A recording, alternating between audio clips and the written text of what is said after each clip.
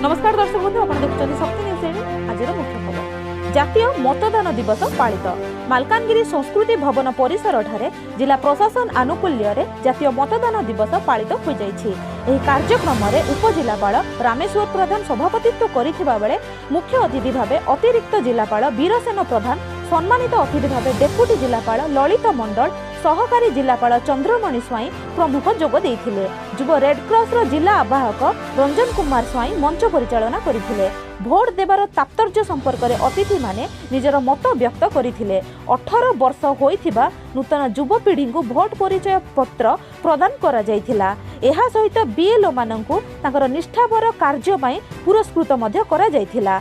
सकाळ 7 घटिका समय विभिन्न शिक्षानुष्ठान आसिथिबा विद्यार्थी माने जिलापालक कार्यालय ठारे एकत्रित होई एक शोभा यात्रा रे बाहरी स्थानीय संस्कृति भवन अभिमुखे जाइथिले। सेठारे आयोजित शोभारे समस्ते अंशग्रहण करी मतदान संपर्क में ज्ञान आहरण करथिले एवं शेषरे रंजन कुमार स्वाई समस्तଙ୍କୁ धन्यवाद अर्पण करथिले।